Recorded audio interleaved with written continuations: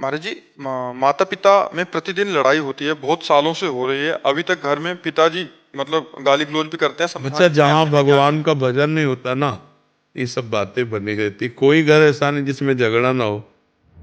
भैया भाभी का झगड़ा, देवर देवर। कोई नहीं समझता है। वहां लोग कोई भी नहीं समझते, इतना समझाना। नहीं भैया, हमारे शब्द सुनो। जिस घर में भगवान की आराधना नहीं होगी, वहाँ कलयुग कलह तो खड़ा ही कर देगा। वहाँ नाना प्रकार के असत वृत्तियों का तांडव होगा। भगवान का जब तक भजन माता पिता नहीं करेंगे, परिवार के सदस्य नहीं करें। अब देखो, उसी में 1 घंटा भी रामायण बोलना हो तो थक जाएंगे, लड़ने का समय नहीं रहेगा। अब भजन कीर्तन तो है नहीं, तो अब जो खा रहे हैं, गर्मी बन रही है, तो अब कहाँ निकालें? तो लड़ाई झगड़ा में निकाल लें। नहीं, 1 घंटे मंजीरा लेके बैठा रहो, फिर शुरू करो जोर जोर राधा राधा, फिर कहो लड़ो, तो कहेंगे हिम्मत है नहीं देखिए, जितना लड़ाई करता और सब राधा राधा में निकल गया। तो आनंद आ जाएगा उनके हृदय में। 1 घंटा नाम कीर्तन करे, आनंद आ जाए। और बच्चा जहाँ भगवान का नाम कीर्तन है, भगवान की कथा कीर्तन है, वहाँ मंगल कैसे हो सकता है?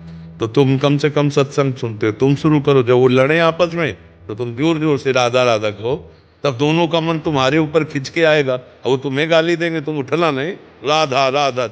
जहां वो लड़े, तो आप बीच में जाके राधा राधा राधा राधा, अपने आप ही को जाए। गुरु बोलते पागल हो गए। यही तो कह रहे हो, तुम्हें गाली देंगे तो भी तुम्हें अपना कीर्तन बंद नहीं करना, यदि उनका मंगल चाहते हो। बकाया भजन से विमुख, हरि से विमुख जीव को कभी भी शांति नहीं मिल सकती। तब लग कुशल न जीव को, सपन हो मन विश्राम। जब लग भजत न राम को, शोक धाम तज काम। देखो, तुम्हारे जैसे बच्चे जिसके हो गए, अब भी लड़ाई लड़ रहे हो। अरे अब तो वृद्धावस्था में भगवान नाम में डूबना चाहिए, भगवान के चिंतन में यहाँ से जाना है। पर नहीं, वो आसक्ति होती, बुढ़ा बुढ़ी लड़ाई लड़ते रहे हैं।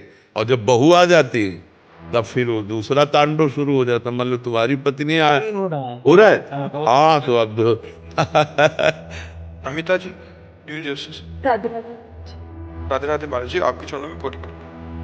महाराज जी, मेरा प्रश्न है कि इष्ट धाम मंदिर और गुरुदेव की परिक्रमा क्यों लगाई जाती है? परिक्रमा की महिमा का वर्णन लीला में। प्रदक्षिणा भक्ति में 64 अंग है। 64 अंगों में भक्ति में एक प्रदक्षिणा अंग है। अपने गुरुदेव की प्रदक्षिणा, इष्ट की प्रदक्षिणा, इष्ट के धाम की प्रदक्षिणा। जैसे ब्रज 84 कोस की परिक्रमा है, बरसाने की परिक्रमा, गिरिराज जी की परिक्रमा, वृंदावन की परिक्रमा। ऐसे बिहारी जी की 4 परिक्रमा, राधा वल्लभ जी की 4 परिक्रमा, अपने गुरुदेव की कुटिया की 4 परिक्रमा। ये भक्ति का एक अंग है। इससे पैरों की सार्थकता है, हमारे पैरों की साधना है। भगवान के धाम की यात्रा करना, प्रदक्षिणा करना, ये हमारी भक्ति के 64 अंगों में एक अंग है प्रदक्षिणा। इसलिए किया ही जाता है, प्रदक्षिणा की जाती है। पूजा की पूर्णता प्रदक्षिणा से ही होती है। पूरी पूजा हो गई, 4 परिक्रमा ठाकुर की अपने साष्टांग दंडवत के। से हमारे भक्ति के 64 अंग हैं। उनमें एक एक अंग का अलग अलग व्याख्या, अलग अलग महत्व। और पूरी संपूर्ण 64 अंग की भक्ति का मतलब है 64 कला प्रवीण श्री प्यारी जी को प्राप्त करना। हमारी प्रिया जी 64 कला प्रवीण, तदपि भोरी। तो भक्ति सर्वांग रूप से की जाती है, तो वो प्रेम नहीं हो जाती, प्रेम।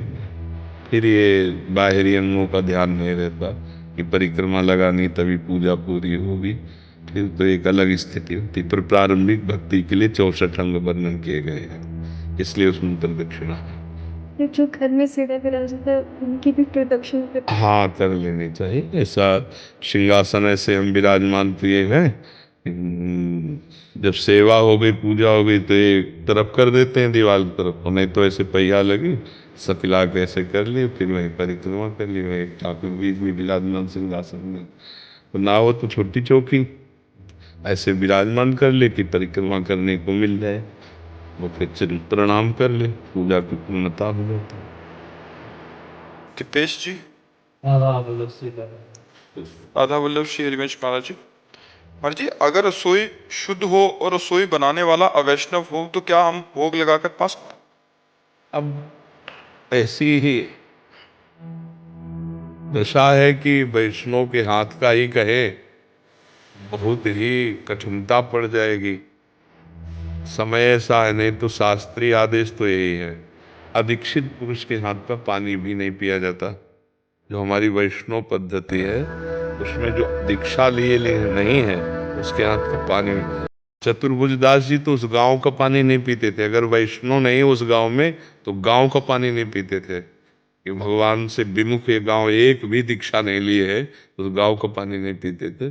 पर अब युग धर्म के अनुसार इतना है कि यदि पवित्रता से पवित्र आहार मिल जाए तो अपने ठाकुर को भोग लगाकर जय जयकार करके पाले, नहीं तो असंभव सा है कि अब कहाँ वैष्णव घर मिलते हैं जिनमें भिक्षा मिले। बड़ा विचित्र है। देखो आजकल शराब तो ऐसे चल गई है कि मतलब जैसे मीठा शरबत आदि हर घर में स्वागत में ऐसे दिया जाता था ना, जैसे शरबत आदि बना के, तो अब स्वागत ही शराब का रह गया है। खाने के लिए अभक्ष्य पदार्थ और पीने के लिए अपेय पदार्थ।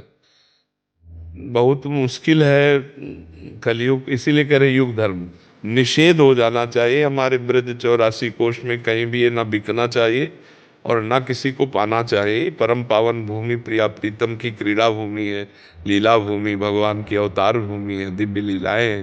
पर इसीलिए कहते हैं कि अब इतना भर हो जाए कि भाई कोई पवित्रता से बना के भोजन दे दे, नहीं तो बड़ा मुश्किल है। अब भिक्षा मांगने में रुचि नहीं रह गई। जैसे पहले बड़े आदर से भिक्षा मांगते थे, गर्व पूर्वक भिक्षा मांगते थे, अब संशय है कि हम जिसके घर में ले रहे पता नहीं मांस बना है कि नहीं बना है, क्योंकि सब जगह मदिरा का प्रवेश हो रहा है, सब जगह अंडा आदि का प्रवेश हो, तो बुद्धि तो अब बहुत मुश्किल है कि पवित्र घर कौन है, कहाँ से पवित्र भिक्षा ली जाए। इसीलिए ये कि आकाश वृत्ति से जो आ जाए पवित्रता से बना के भोग लगाओ, भजन करो। अब समय नहीं रह गया कि हम गली गली माधु करी वृत्ति, क्योंकि समय बहुत गड़बड़ हो गया है, समय का प्रभाव होता है। तो अब ये तो बहुत बड़ी बात है कि पवित्र रसोई में भोजन मिल जाए, नहीं तो रसोई पवित्र होना बड़ा मुश्किल रहेगा। आजकल लोगों को अमनिया और प्रसादी का ज्ञान नहीं। अमनिया अच्छा आप बताओ, वो शौच बनी है ना उस कुर्सी वाली, उसी में बैठ के लघुशंका हुई और उसी वो ऐसे ही चले गए रसोई में।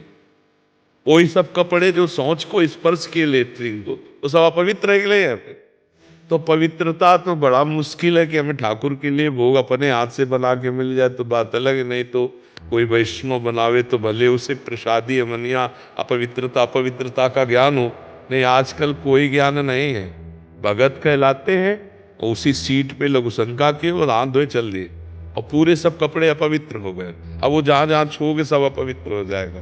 आजकल तो है, तो कह रहे थे कि कहते हैं ऐसा अगर हम ज्यादा वो करते हैं, लोग कहते हैं ज्यादा बड़ा बन रहा है, ये क्या तरीका है।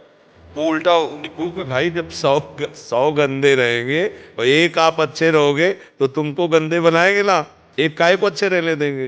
तो जरूरत ये हिम्मत करने की है कि 100 गंदों की बात हमें नहीं माननी, हमको अच्छे पवित्र रहना है।